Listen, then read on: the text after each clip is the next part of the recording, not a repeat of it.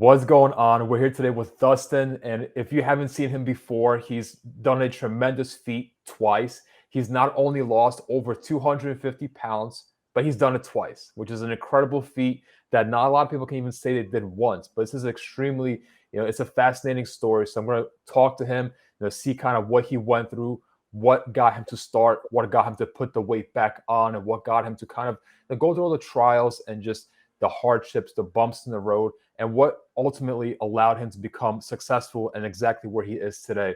So, welcome, Dustin. And it's a pleasure to meet you and just kind of talk over your entire story and just kind of pick your brain, and see, because I've lost weight, but it's not nearly as comparable to what you've accomplished twice.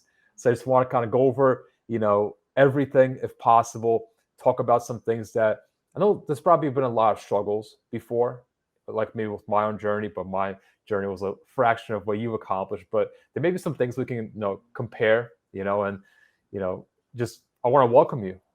Well, thank you so much for having me. It's a pleasure to be on. I've watched you for a long time. I love what you do. I love how you help Thank you people. so I love how much. you give just the, no BS approach, the real approach, the sustainable approach. I respect that. So yeah, I think you're doing a lot of good. Thank you so much, man. And I've seen your videos, times and times again. And not only have you lost over 250, right, Mhm. but it's twice, which is extremely difficult. And if I can ask, back in the day, what got you to put the weight on initially? For me, it was not understanding nutrition, being like a recluse, eating a lot of fast food that was easily accessible because I play a ton of video games, and it was like an environment thing for me. And the easiest and tastiest food without an understanding of nutrition was usually the food that is most caloric: pizza, Chinese food, tacos, delicious food, but extremely caloric. So that was for me. But what got you to put on the weight on first time? Yeah, and the food is also cheaper too. The worse it is for you seems like. But yeah, I started gaining weight as a child. I was the chubby kid.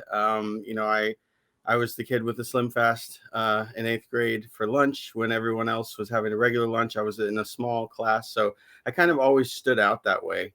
In my family, there weren't very many overweight people, and I was kind of the only one. And I had a lot of anxiety. That I didn't know how to deal with. I had no understanding of nutrition whatsoever. And I just kept on putting on weight as I used food as kind of my coping mechanism with life. I started just putting on a lot of weight. And once I got out of high school and I went to college and was living on my own, then it was all up to me what I ate at that point. And it was just straight fast food, and I kept needing more and more to be satisfied, ending up with an eating disorder, to where I was binging nightly. And from that point, over the next like 2 or 3 years, from like 18 to 21, I got up to 475 pounds. I'm only 5'7". So it was so much that I couldn't walk.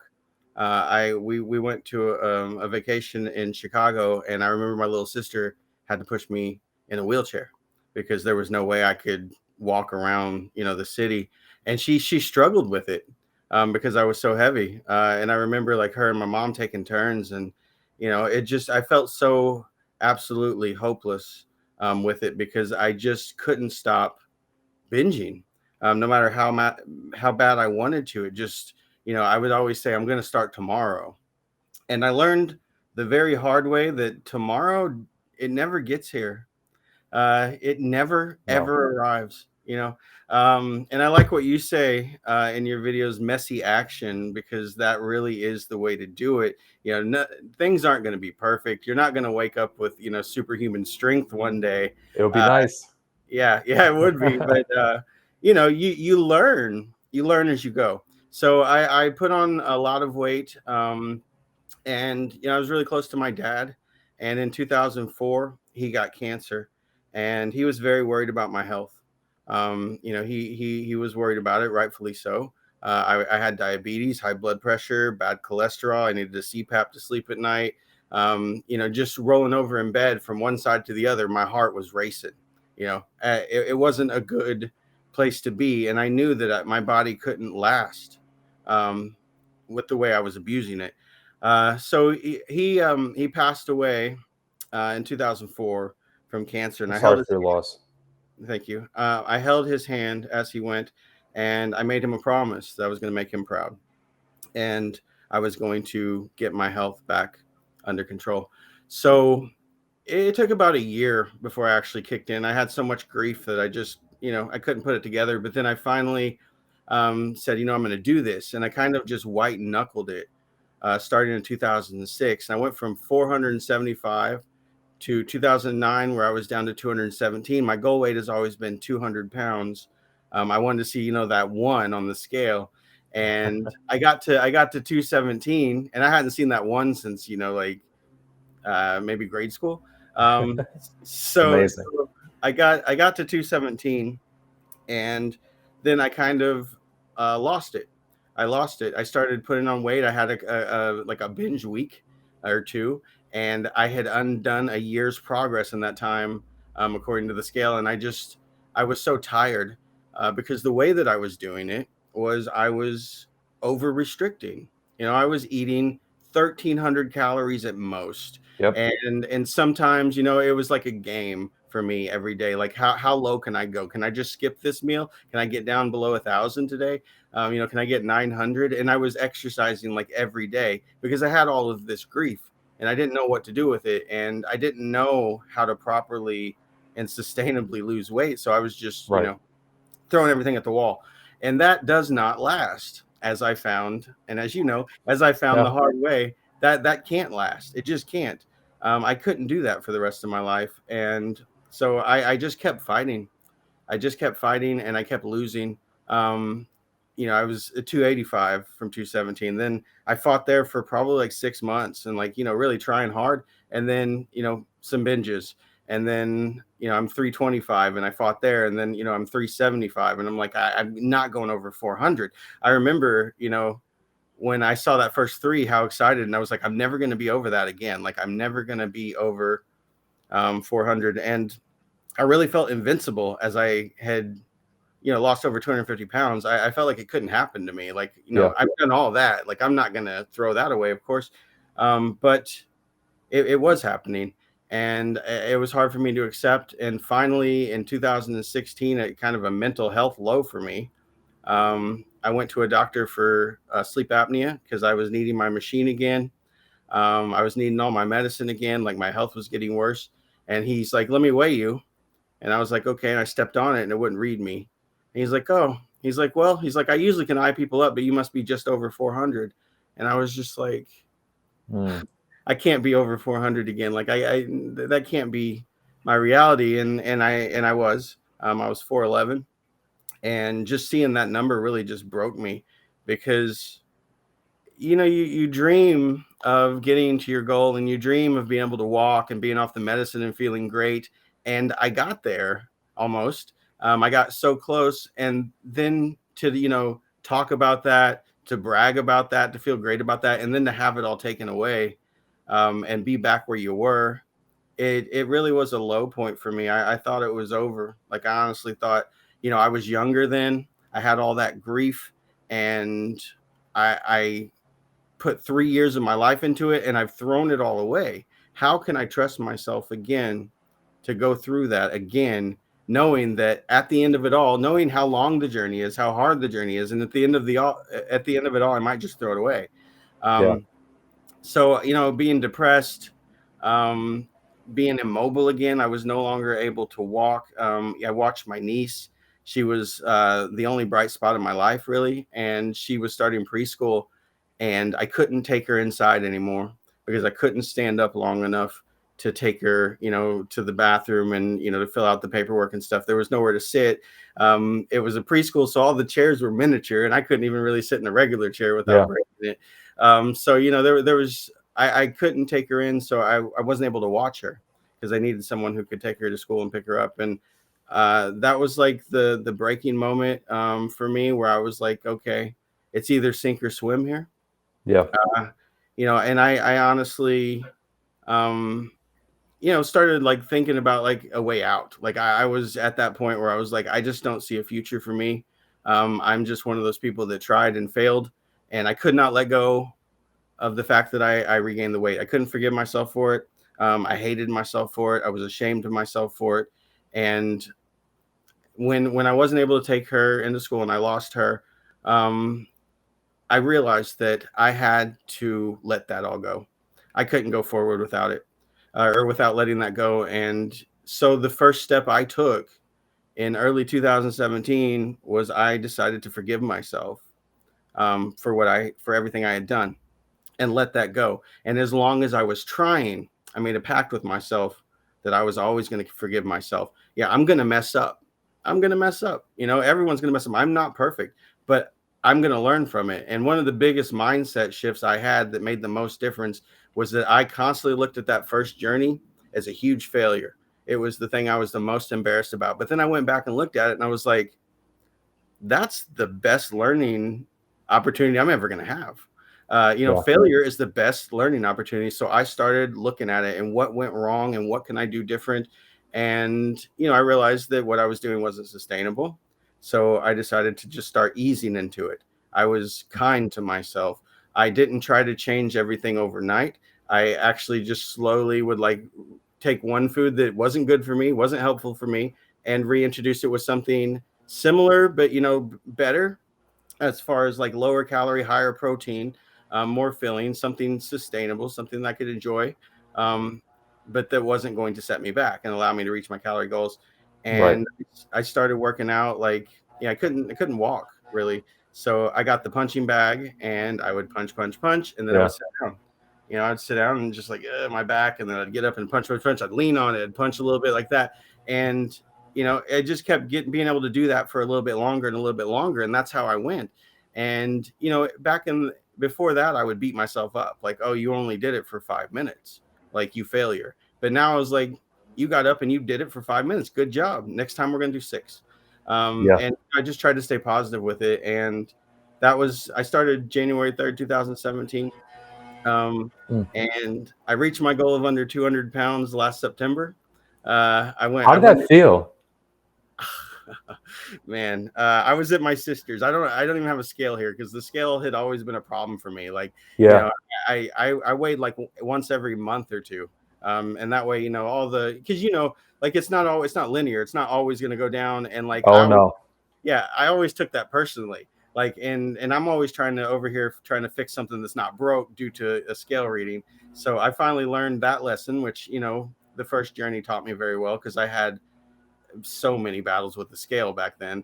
Can we It's talk about that? Can we talk about the how do you manage the fluctuations in the scale mentally? Because not only with myself when I was losing weight, but my clients, they struggle so much when the scale fluctuates and it goes up 3 pounds, it goes up 1 pound.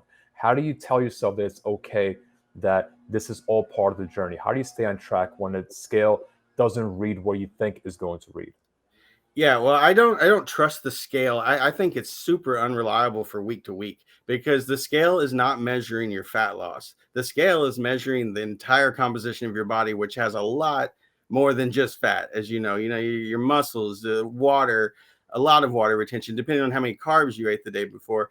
There's been a time when I have weighed and then I got in the shower and shaved and got out and I weighed 3 pounds more. Like, so, I just stopped trusting the scale. I stopped even like looking at it because I didn't want to see those plateaus because I didn't want them to mess me up. And I decided that it's much better to just focus on the process. Focus on what I'm doing and how I can improve, how I can make it easier on myself, how I can make it more sustainable, and just continue on. And when find a way to start eating foods that you enjoy and you don't feel full, and you're going through the day and you're satisfied with your food, and you enjoy your exercise, which I really love the punching bag, and now I do like hiking and kayaking and stuff like that I just absolutely love. Doesn't seem like exercise, it seems like fun. And you find ways to do that, then it's really just cruise control. It's just a matter of time, and if you're not in a hurry, it becomes even easier. So like, I let go of that race that I was always in because it was always about, I got to lose 3 pounds this week. And I've seen in your videos, why do you have to lose 3 pounds this week? Exactly. Like, why? You don't, and it's not even Who real. sets that standard? who sets the standard of you yourself? You do that for some Right. unrealistic reason, and then we fail when we're not able to reach that number because number one, it sets a time pressure on you, which usually causes people to overly restrict or overly physically exert themselves, and it just makes you feel like you're failing when you're not able to reach that unrealistic number.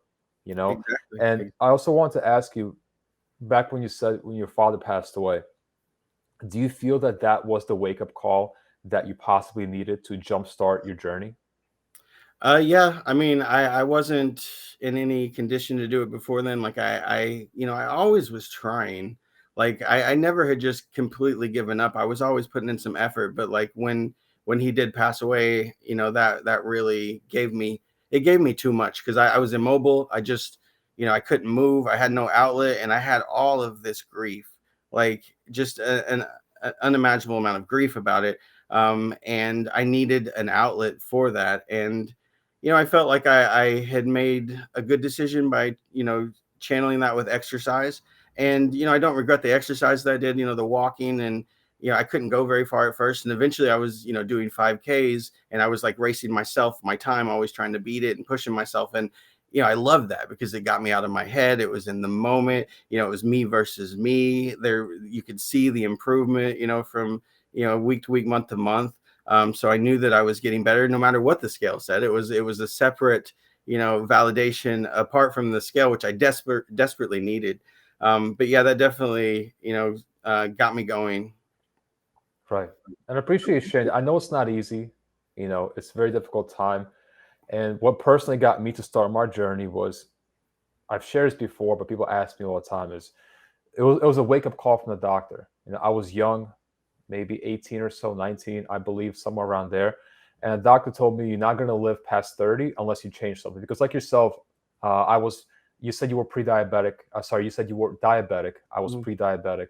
People say it's the same thing, but I don't know. It is what it is.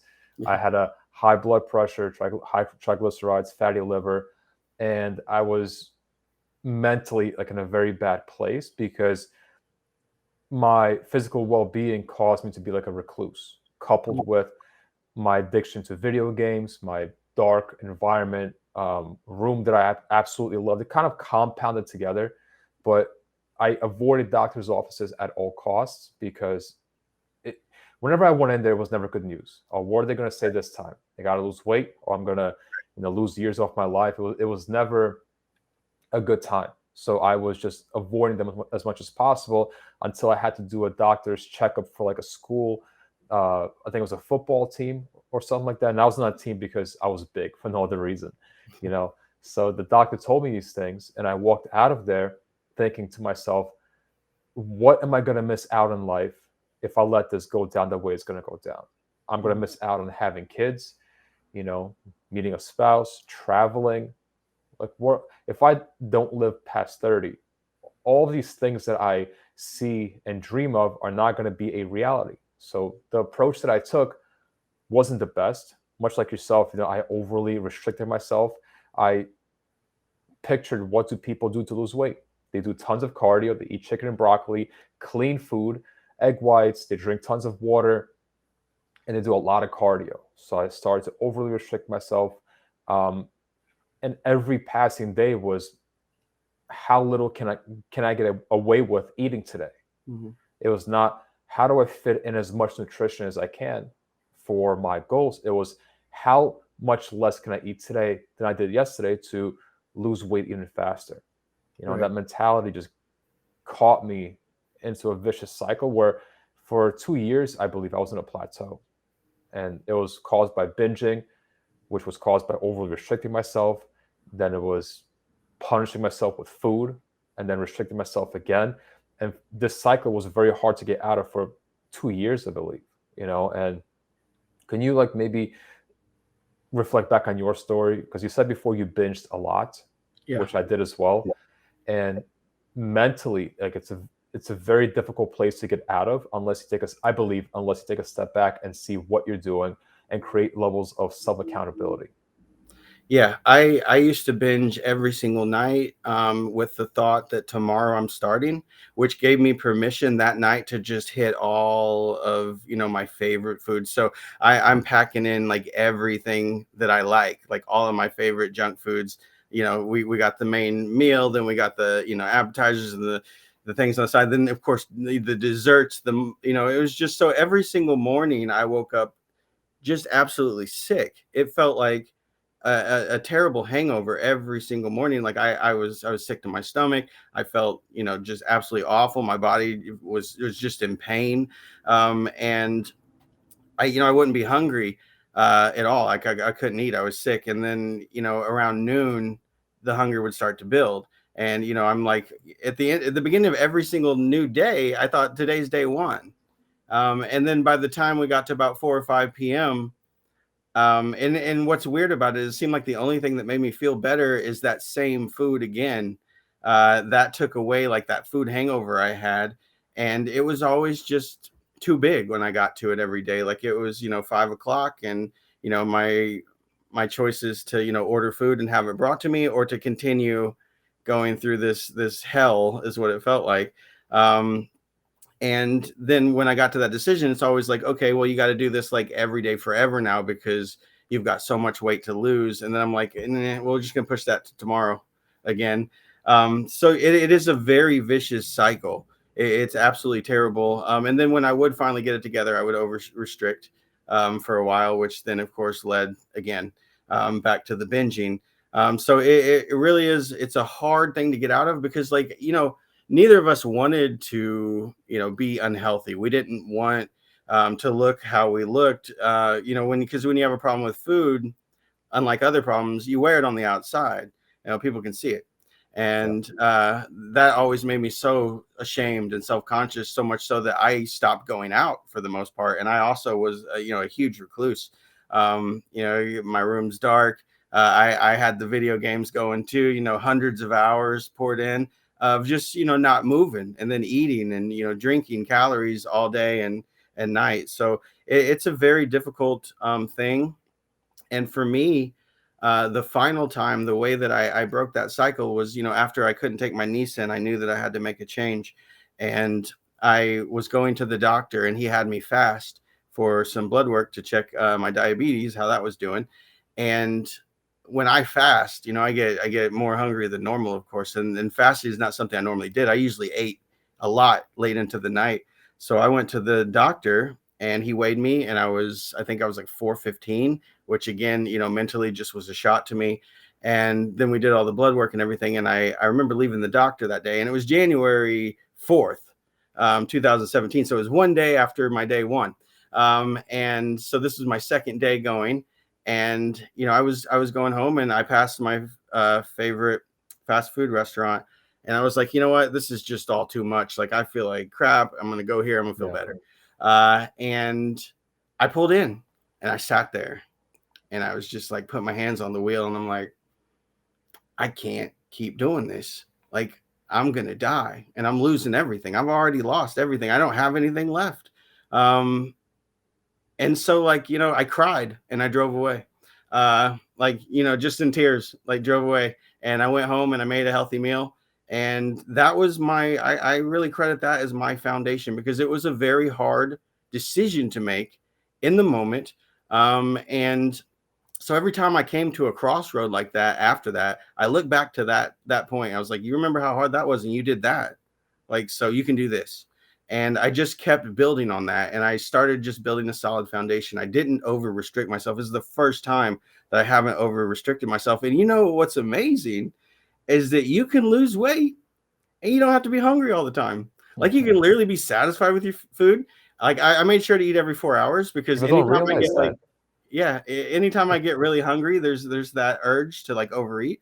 So I just made sure I'm feeding myself every 4 hours. And I have a meal, a snack, a meal, a snack, a meal, and even if I didn't feel hungry, I reminded myself, because it was important, for my upkeep of my daily, happiness, and staying on track. So yeah, it was just very small steps, very, very small steps. And my mentality was one day at a time.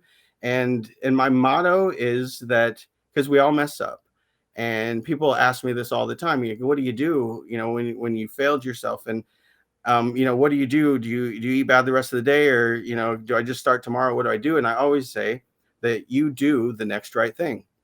That's what you do, because the next right thing is not tomorrow, it's right now. And a lot of people, they'll eat, and I was one of them. I overate. If I did one thing wrong in the day, free for all for the rest of the day. Yep. It's just let's go, because I've already, this day is over. Let's, and that's not how weight loss works. Like there's no like day and then you start over the next day. Like it's an accumulation of everything. So I started adopting the next right thing. So that meant that, like, if I did overeat something that I wasn't supposed to, it wasn't like, okay, well, now you don't get dinner or your snacks for the rest of the day. No, you let it go. You have dinner, you have your snacks, and you don't feel guilty about it. You just keep going. And that really was a huge difference, and a complete different than my first journey. And that's one of the reasons that my second one has been so successful, and I've been able to maintain it as well. Yeah, you said guilt. I talk about guilt a lot because to me, if you feel any kind of guilt towards what you ate, what you didn't eat, what you didn't do, or any kind of guilt that's relevant to what you're doing as far as weight loss and your entire health journey, that's going to just weigh you down on different levels. It's going to play with your emotions. It might cause you to binge eat. It definitely did for me. It's caused me to overly exert myself tremendously after I overate. So, for example, for me, if I had, I don't know, a handful of French fries, then I felt guilty, which caused me to overdo it on cardio for the following day. Then I felt like crap because I was too physically sore and I was just lethargic. I didn't feel well. I was just tired.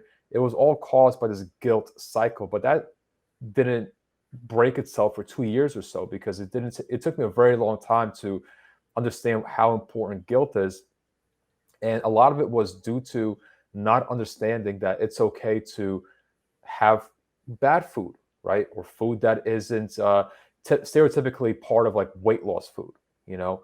And you said before that what you started doing the second time was more sustainable. How was that different than the first time when you lost the weight before you put it back on? Well, I was eating enough. I was over 400 pounds, so it's not super hard really to create a calorie deficit at that weight. You can eat. I ate so much more than I thought I could. I was probably eating 2,500 calories at the beginning, and usually it was like 1,700 at the most.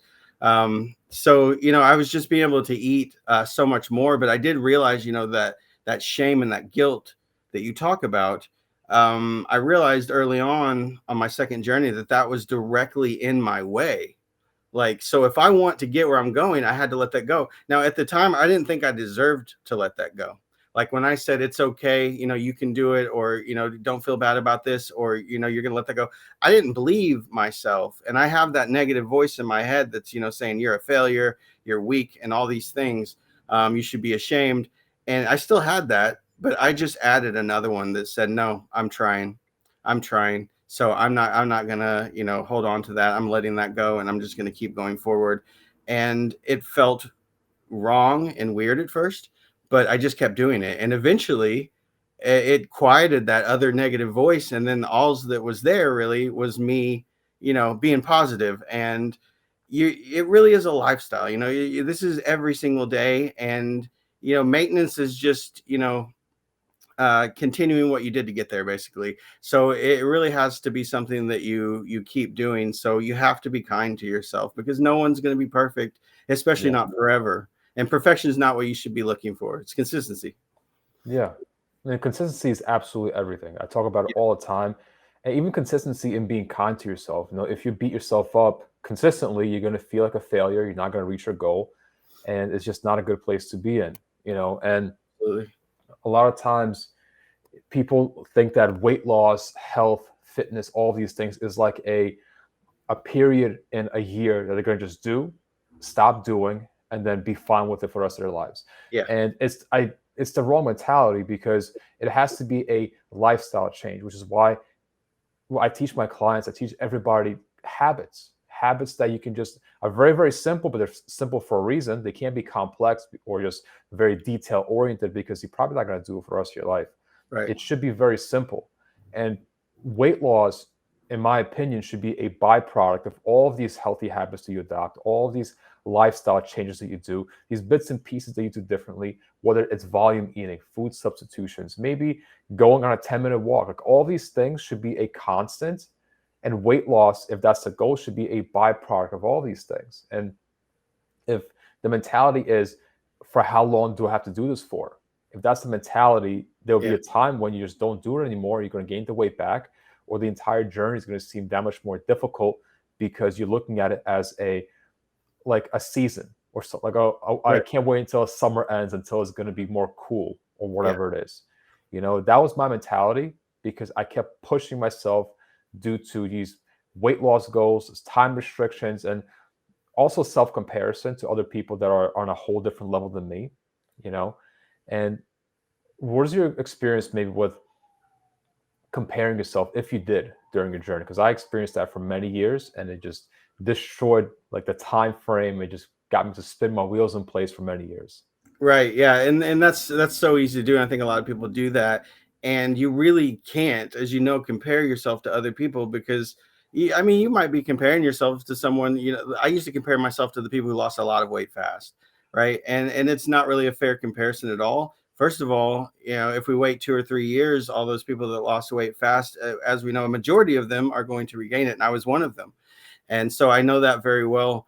But I learned pretty early on, like I was only going to compare myself to myself, like my past self, like I'm trying to improve myself because I did that on the first journey. I used to go out and like, kill myself and try to do a 5K. And then I would get back and my 5K time was 45 minutes and I would feel like a failure. Like I just went out there and, busted my butt exercising for 45 minutes and then I come home and I find a way to make it negative. That is not going to be sustainable. Like, eventually I'm going to be like, well, it's hopeless, and it's only hopeless because that's what my mindset was geared towards. So yeah, I don't compare myself. If I see someone doing better than me, I say good job. And I'm worried about doing better than me, not them. Yeah. I mean, I feel like negativity outweighs positives usually if you let them. Like I remember I could have had maybe a year worth of progress. Maybe I lost 80 pounds in a year or so, which would be amazing for most people. For me back then, it was like, well, I could have lost 100. Why didn't you lose Yeah, 90? Why do you still have these issues? Why do you still do this? Why didn't you do these things right?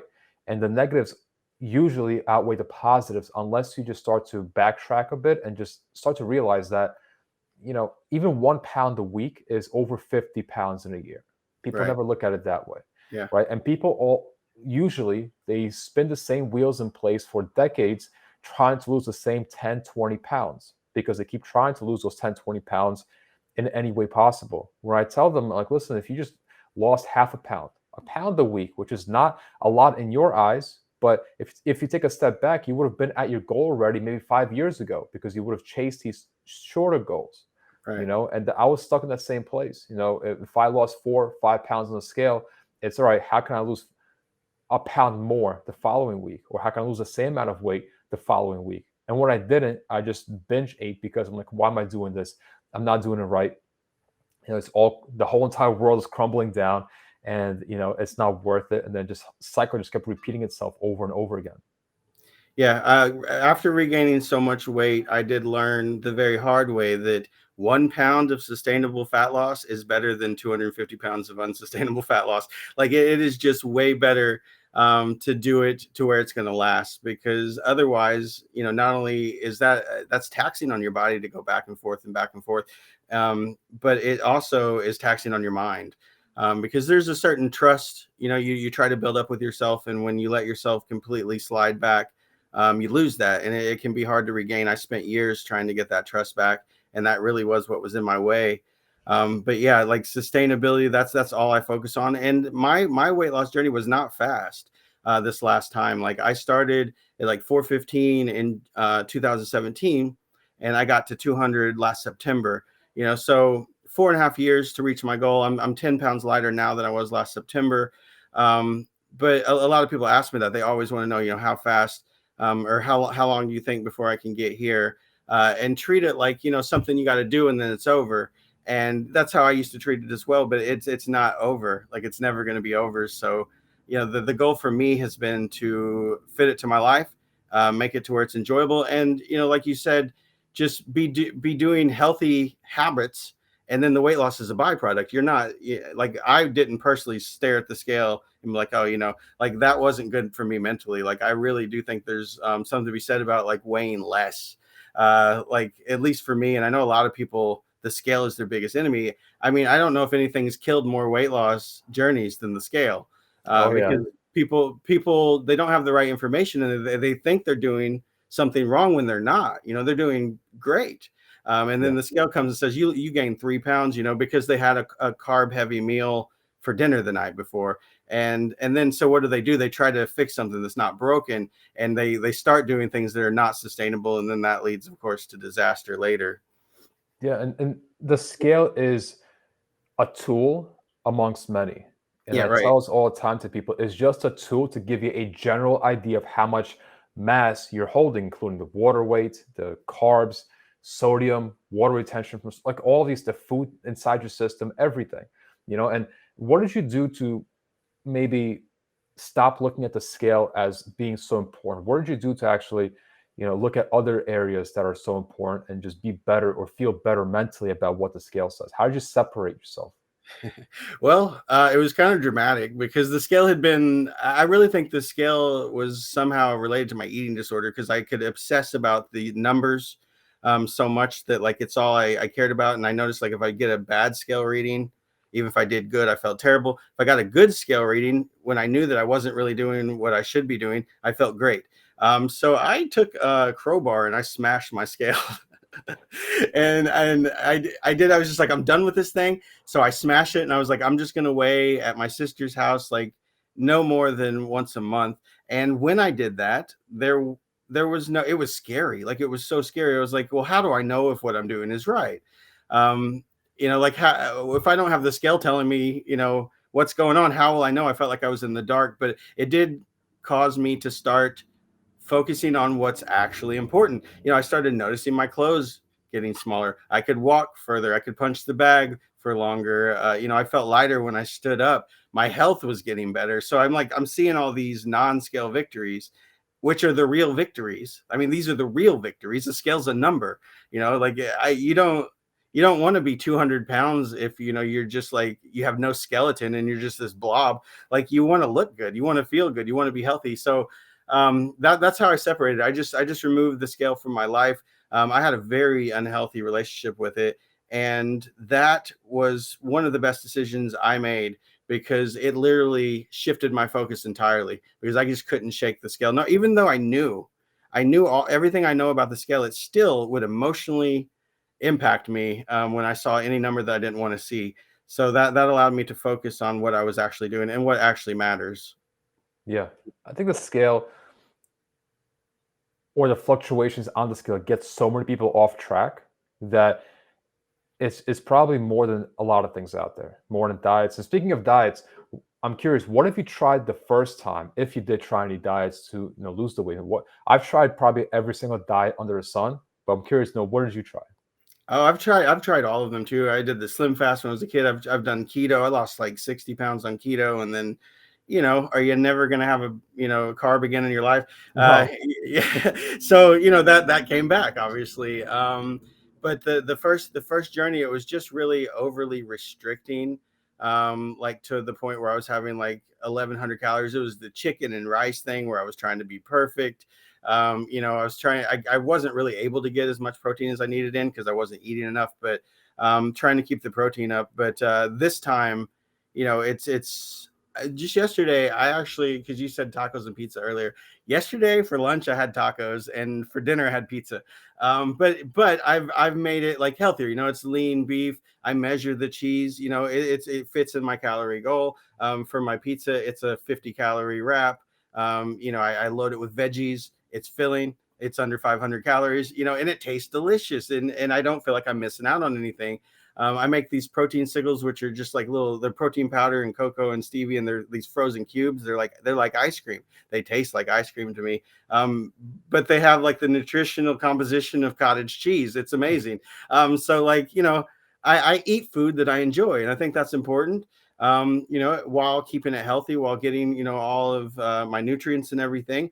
Um, and a lot of protein. I'm that's the one macro I focus on, protein, because that's the most filling. I'm trying to build muscle. I'm not trying to lose muscle, of course. And yeah, so that's what I focused on, and making sure I eat every 4 hours, making sure I'm eating enough, a moderate calorie deficit, not going crazy. It's just kind of made it to where I after I've found all these foods and I've gotten my diet the way I want it, it's just life. I mean, that's what it is. I got to maintenance, and it's just life. I wake up and I live my life, and I go to sleep, and I don't put the weight back on, and it works. Right. I love that. And I also try like a lot of different bodybuilding diets, to the clean food, no seasoning or just very minimal seasoning. And I, over time, I started to realize, maybe you can agree, is about, you mentioned substitutions and enjoyment, right? You having a pizza, but it's not a loaded pizza or Domino's or wherever it may come from. It's a pizza that still tastes good, but you are more accountable because you know more of what's going in there. You use ingredients that are lower calorie. You keeping up the high volume by maybe adding some more vegetables to it, keeping it higher fiber, whatever it is that you may be doing. But it's about substitutions that taste good. It's not about seeing what's the most bland food that I have to eat in order to lose weight, just so I can maybe wait until next time I binge eat again because I miss certain food. And cravings are a big deal as far as weight loss, because number one, they're caused from just eating way too little. People think, oh, I'm craving this food. It could be, but you're probably eating too little. So volume eating is huge, but also your taste buds. You have to like satisfy your taste buds. People oftentimes they eat just stereotypical diet food. They get away with it for a little bit, but then the second that something has any kind of flavor, any kind of taste, they just lose control because it's so damn delicious. And what would you say about maybe substitutions and how important they are as far as sustainability? I think they're absolutely important, because if you don't enjoy what you're doing, like when people come to me and they're like, "This is so hard," how do you keep going? And I'm like, well, first we got to address, what's so hard. What are you struggling with? What are you white knuckling? And that's what we need to address. That's what you need to change, because it can't be so hard forever. You can't do, white knuckle forever. You need to find something that works for you. And eating chicken and rice every day isn't going to work, unless you're a professional bodybuilder. Even they don't do that. So you have to find foods that you enjoy, and it's just about making smarter decisions. It's about trying new things. You're going to have to experiment. You're not going to wake up one day and just have your entire menu planned and just be good and ready to coast. It takes time. And some things will work, some things won't, and you learn and you just keep going, and you just every single day you keep going, you keep being consistent, and you keep looking for ways to improve. Like even now, I'm always got my eye open for something new, something I could try, something I can add in. Just the other day, I made this protein ice cream thing that I was just experimenting, and I made this whole blender of good ice cream that tasted so good. 300 calories, 40 grams of protein, and I'm like I can't even eat all this. Like, this is an amazing snack. Like, so when you do stuff like that, when you figure things out, like it's not a diet. It's just your lifestyle. It's just the way you eat, and you can enjoy it and still lose weight and then maintain when you get there. Right. And I think it's so important to try different things, which is why I am not a big fan of meal plans. People ask me probably on a daily basis, can you give me a meal plan? I tell them I can, but I don't want to, because you cannot stick to the same food for the rest of your life. It's not going to teach you anything. And there's no special food that you have to eat. It's about nutrition, not about you have to eat this food every single day, every second meal, or have this meal 5 times a week. It doesn't have to be like that. It has to be enjoyable. And I also tell people all the time, it's about trial and error. As much as people may not think that it is about trial and error, because you have to see what food tastes good to you, what food fills you up, not me, but you. Maybe you like this food, maybe you don't. If you don't like the food, there's no reason to force yourself to eat it, because it's not going to be sustainable for you.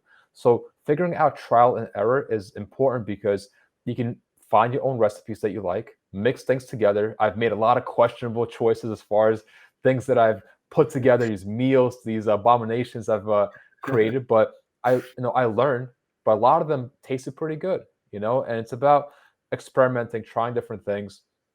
And Dustin, I want to ask you, I've seen you make videos, a couple of videos about trigger foods. And Mhm. I absolutely love those videos, because I don't think that they're talked about enough as far as sugar foods, and it's very easy to lose control on a food that triggers your maybe emotions, maybe it's something about that food that just drives you down the wrong path. Can you talk about that and maybe your personal experience and how you've managed your trigger food addiction, perhaps? Right, absolutely. So I knew I had an eating disorder for a long time, but I did not know that you could be addicted to food. Like food addiction was a thing. My father was an alcoholic my whole life. I went to the AA meetings with him. I visited him in treatment centers. He fought it his whole life. It was an up and down thing. He never fully won that battle, and I watched what it did to him in his life. And for that reason, I avoided alcohol because I was so scared of that. And it wasn't until about 2016 that I started looking at my life and his. And I was like, wow, that's really similar. Like, I was thinking about it. I was like, it's really the same thing. I've just used something else instead of alcohol. And yeah, I can't control it. Like I've tried. Like, so I'll just give you one example. One of my trigger foods, Oreo cookies. Like I have been eating them since I was a little kid. They were my favorite thing. Chock full of processed sugar and all that. And like it didn't matter how hard I tried or how long I had been without one. As soon as I had one, something started happening in my head, and it was this compulsive thought process, and all of everything else I ate did not satisfy me. Nothing satisfied me except that. And I didn't just need some, I needed all of it. I needed to binge. I was absolutely obsessed with it. And I realized that I can't do that. Like I can't have that. That is not for me. And I know with an eating disorder, you are supposed to heal your relationship with the food, but I think that there's a difference with food addiction, and this isn't something that has been studied much. There's not a lot of help out there for this, and it took me realizing that I was addicted.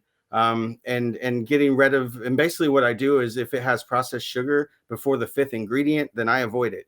And so and when I did that, I got to this like food neutral place, which I called food tranquility, where for the first time in my adult life, like I wasn't always needing to binge, because with me, it was like, how many days can I go? And the most I'd ever went without binging was like 2 weeks, right? I haven't had an Oreo cookie in 5.5 years. Like I haven't binged in 5.5 years. And the reason is because I gave those things up. But like that was a big hurdle for me, because it's like, how do you give up? They put processed sugar in everything. They put it in the ham. They put it in the bread. I mean, it's in everything. It just didn't seem possible or sustainable to me. But over time, I learned substitutions like my protein ice cream, things like that. That I can use sugar substitutions and be okay. I've got my Coke Zero. I used to drink a lot of soda. I I got my love it. Coke Zero. Yeah, I yeah. drink at least two a day. Yeah, yeah. They got coffee in the morning, and then a couple Coke Zeros throughout the day. Yeah, like so I just found substitutions that worked for me while avoiding that. But like I drew a line in the sand with that. And I've had a few instances in the last 5 years where I've either accidentally or purposely eaten something that has processed sugar in it. And it's the same thing every time. It starts immediately, and it takes me probably 4 or 5 days to get back mentally to that stable place. And there's a lot of food addicts out there. I've made videos about it, and I am absolutely floored and always amazed at the number of people that come and be like, "This is me too." I've tried. I've tried to heal the relationship, and there aren't many people that speak out about it. So I love to be able to do that on behalf of them, because that is a very dangerous place to be. With it, I mean, with any addiction, they can kill you. I've known people who have died from it, so I know how serious it is. And yeah, I try to speak out on that, and it really has made a lot of difference in my life, just as far as peace of mind going forward, to not have your trigger. Because with every addiction, every other addiction, it's automatic. Like, well, yeah, you abstain from it. But with food, it's a lot different. There's a lot of different people. There's professionals. There's a lot of people that tell you do not ever abstain from everything, because that will lead to binging, and that will, if you have binge eating disorder. But if you have a food addiction, it really is kind of like walking on the edge of a knife all the time, to make sure that you don't get out of balance. And I've gotten really good at it. over the years. Like I know exactly what to do, and I learned those by failing. You know, I learned it from the past that didn't lead to good places, and there was kind of only one left. So yeah, that's been my experience with it. Right. And I appreciate you sharing that. And if you could maybe help somebody else battle their own food addiction, what kind of advice could you give to somebody else who may be struggling with food that they just lose absolute control over? Like, what would you tell them? The first thing I would say is to forgive yourself, because if they're battling with that, they probably are holding a lot of self shame, self hate, and that is reasonable because society tells us that we shouldn't do that and that shouldn't be a thing that happens, and then you see that as your own personal weakness, but it's not. It's an addiction, and that loss of control happens to a lot of people. You are not alone. The second thing I would say is that you want to get to a food tranquil place. You have to get to a food tranquil place in order to go forward. You can't live your life wanting to binge all the time and needing to binge all the time and white knuckling it. So I would say, if you know what your trigger food is, to avoid it.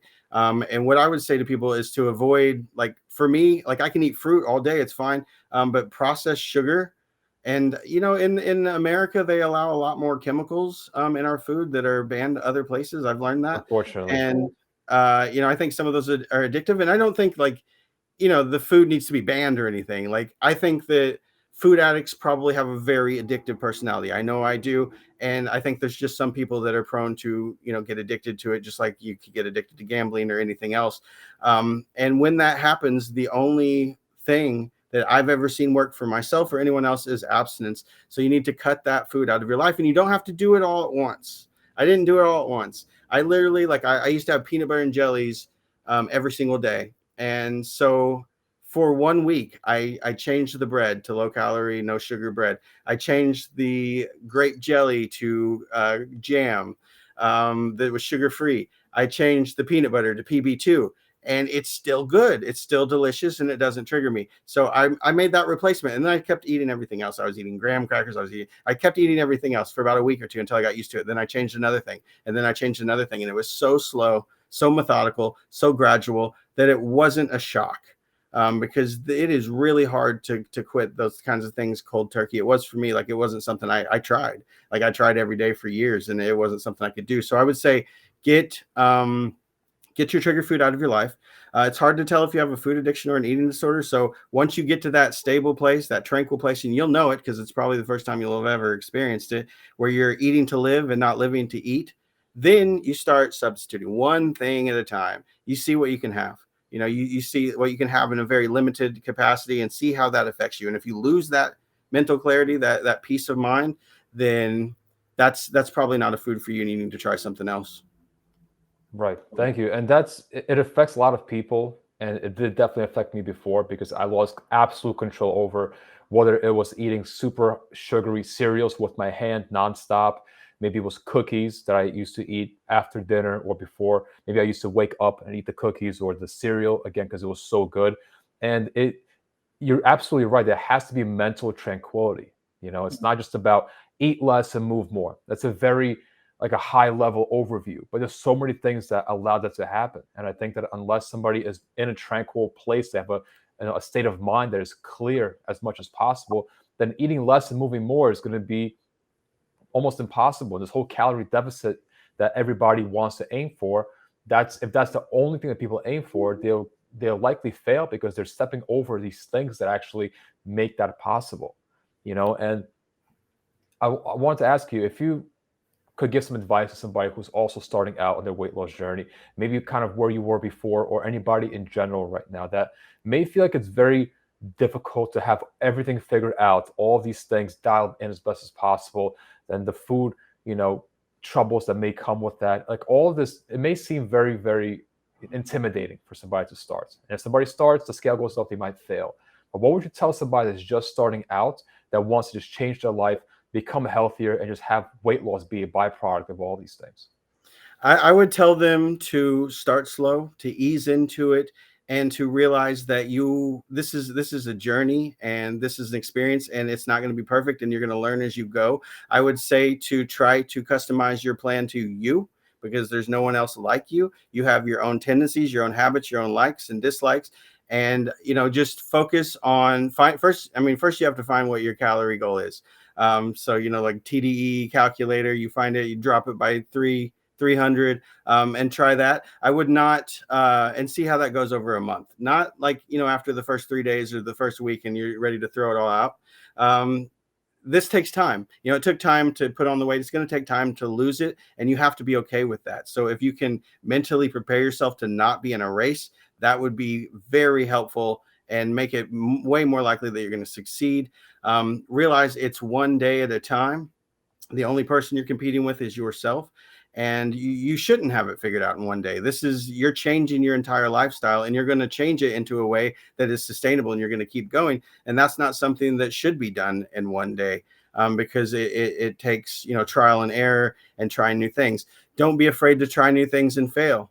It's not failure. That's the word we use, but it's not failure. That's learning. And I got stuck on that for so long, thinking that everything I had done is failed, because most people who are overweight, they've tried before, they've lost weight, they've regained weight, and mentally that is such a hard thing to overcome, because you lose trust in yourself, and you lose faith in yourself, and you kind of expect that to happen again. And you think there's something inherently wrong with you and you're weak. And, I don't know how many times people say, I just wish I had your motivation. And I was like, no, you don't need my motivation. You just need to get out there and, like you say, messy action, and learn and keep going and have discipline, because motivation, nobody's motivated their whole life. Not even athletes. Yeah, that's not going to happen. last. Right. At all. And, be kind to yourself. Treat yourself like you would treat a friend. If you've got that negative voice barking at you, bark back a little bit, even if you don't feel it. Do it for you. Do it because it's in your way. You don't even have to believe it. Just do it. Get in the habit of doing it, and don't stop doing it. And eventually, that voice will get quieter, and you will actually start building, as you maintain that trust with yourself and keep going.